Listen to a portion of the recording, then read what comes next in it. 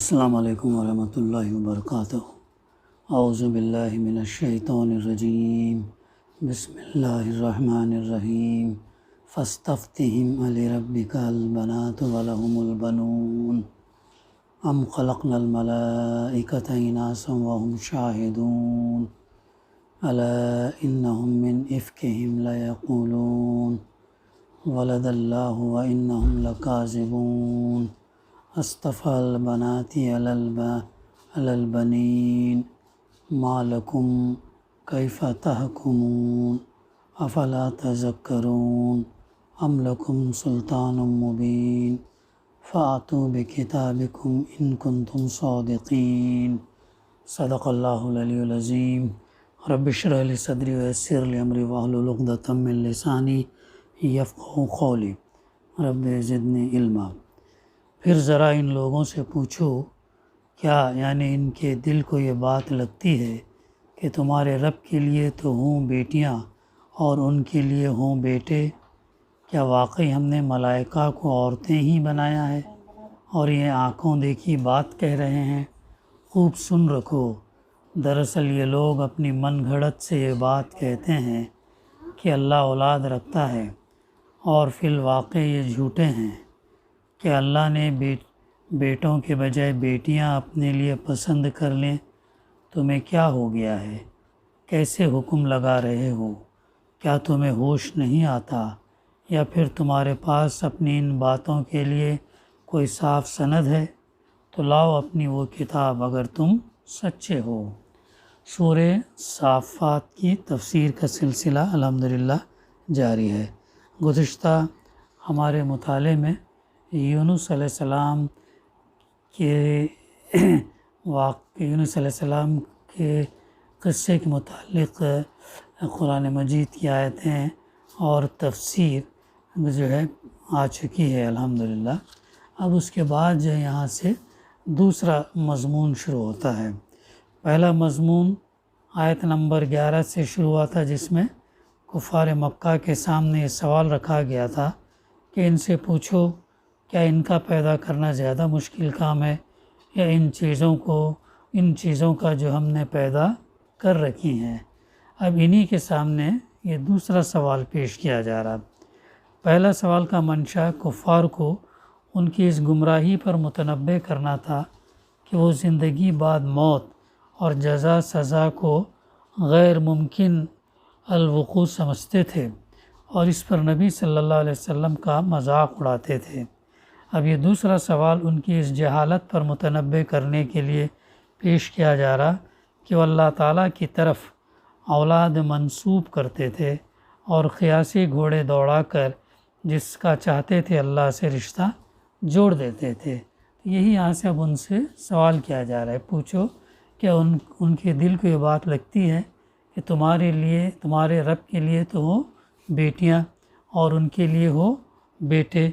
روایات سے معلوم ہوتا کہ عرب میں قریش جوہینہ، بنی سلمہ اور بنی خزاع اور بنی یلحا اور بعض دوسرے قبائل کا عقیدہ یہ تھا کہ ملائکہ اللہ تعالیٰ کی بیٹیاں ہیں۔ قرآن مجید میں متعدد مقامات پر ان کے اس جاہلانہ عقیدے کا ذکر کیا گیا، جیسے مثال کے طور پر سورہ نساء، سورہ نحل، سورہ بنی اسرائیل، سورہ زخرف، سورہ نجم وغیرہ۔ ان صورتوں کے اندر اللہ سبحانہ وتعالیٰ نے ان کا تذکرہ کیا۔ پھر کیا واقعی ہم نے ملائکہ کو عورتیں ہی بنایا ہے اور یہ آنکھوں دیکھی بات کہہ رہے ہیں؟ ان سے سوال کیا جا رہا ہے، کیا واقعی اللہ نے ملائکہ کو عورتیں بنایا ہے اور یہ آنکھوں دیکھی بات کہہ رہے ہیں؟ خوب سن رکھو، دراصل یہ لوگ اپنی من گھڑت سے یہ بات کہتے ہیں کہ اللہ اولاد رکھتا ہے۔ کوئی دلیل نہیں ہے ان کے پاس، کوئی اور ذریعہ نہیں ہے جس سے یہ بات بالکل پکی اور سچی کہہ سکے، بلکہ صرف گمان کی بنیاد پر یا باپ دادا کی روایت کی بنیاد پر اور باتیں کہیں سے گھڑ کے لاتے تھے تو وہی باتوں کو جو ہے اس جھوٹ کو جو ہے وہ آگے بڑھاتے تھے کہ من گھڑت باتیں ان کی اکثر ہوا کرتی تھیں، اور فی الواقع اللہ تعالیٰ فرماتا کہ یہ لوگ جھوٹے ہیں۔ ظاہر ہے جب اللہ فرما رہا ہے تو یہ لوگ جھوٹے ہی ہوں گے۔ آگے اللہ تعالیٰ فرماتا کہ اللہ نے بیٹوں کے بجائے بیٹیاں اپنے لیے پسند کر لی۔ سوالی انداز ہے کہ انہوں نے بیٹیاں اپنے لیے چنی، بیٹیاں اللہ کے لیے چنی اور بیٹے اپنے لیے۔ کیا ایسا ہو سکتا؟ اللہ نے بیٹوں کے بجائے بیٹیاں اپنے لیے پسند کر لی۔ پھر تعجب کے اس میں سوال کیا گیا، تمہیں کیا ہو گیا؟ کیسے تم حکم لگا رہے ہو؟ کیا تمہیں ہوش نہیں آتا؟ یا پھر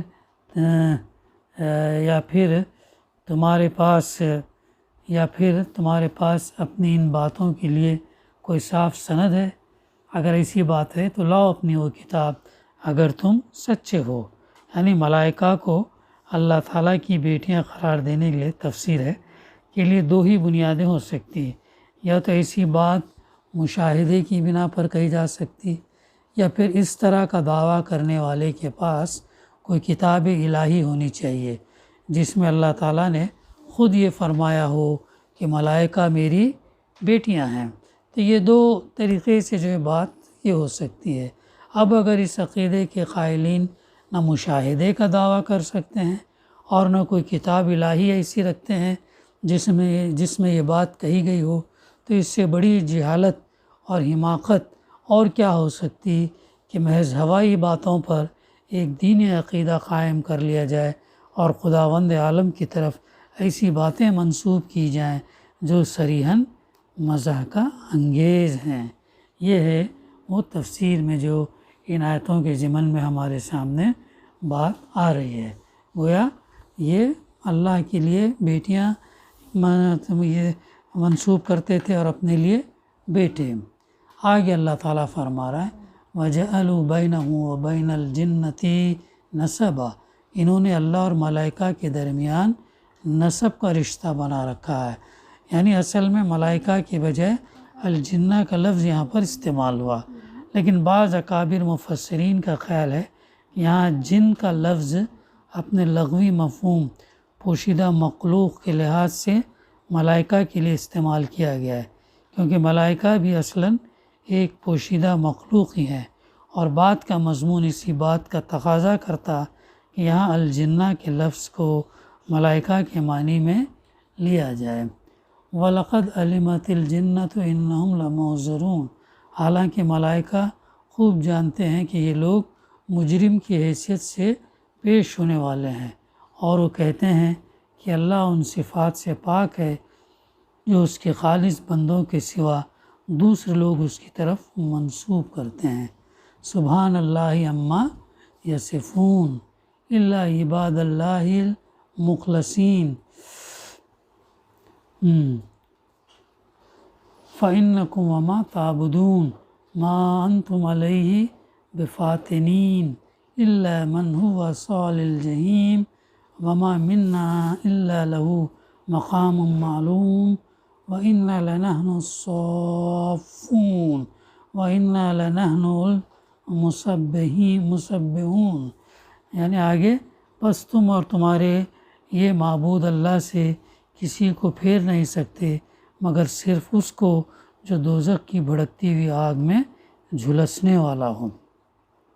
یعنی اس آیت کا دوسرا ترجمہ یہ بھی ہو سکتا بس تم اور تمہاری یہ عبادت، اس پر تم کسی کو فتنے میں نہیں ڈال سکتے مگر صرف اس کو، یعنی جو اس دوسرے ترجمے کے لحاظ سے مطلب یہ ہوگا کہ اے گمراہو، یہ جو تم ہماری پرستش کر رہے ہو اور ہمیں اللہ رب العالمین کی اولاد قرار دے رہے ہو، اس سے تم ہم کو فتنے میں نہیں ڈال سکتے۔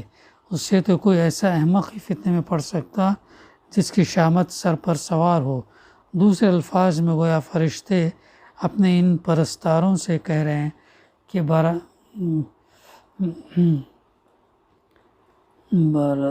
بردائیں دام بر مرغے دگر نائن، فارسی میں ہے کچھ، تو بہرحال یہ مفسر جو ہے اس آیت کی ضمن میں لکھتے ہیں۔ پھر آگے فرمایا جا رہا وَإِنَّا لَنَحْنُ الصَّافُّونَ، اور ہمارا حال تو یہ ہے کہ ہم میں سے ہر ایک کا ایک مقام مقرر ہے، یعنی اللہ کی اولاد ہونا تو درکنار، ہمارا حال تو یہ ہے کہ ہم میں سے جس کا جو درجہ اور مرتبہ مقرر ہے اس سے ذرہ برابر تجاوز تک کرنے کی مجال جو ہے ہم نہیں رکھتے، کہ ہم میں سے ہر ایک کا ایک مقام مقرر ہے، اس سے ذرہ برابر وہ ہٹ نہیں سکتے، اور وہ جو احکام ان کے دیے گئے اس کے وہ پابند ہیں، اور ہم سب بستہ خدمتگار ہیں اور تسبیح کرنے والے ہیں۔ یہ ہیں وہ ملائکہ، سب بستہ اللہ کے حضور، اللہ کی خدمت میں لگے ہوئے ہیں، اور ساتھ ساتھ اس کی تسبیح، اس کی تعریف، اس کی کبریائی جو ہے وہ بیان کرتے رہتے ہیں۔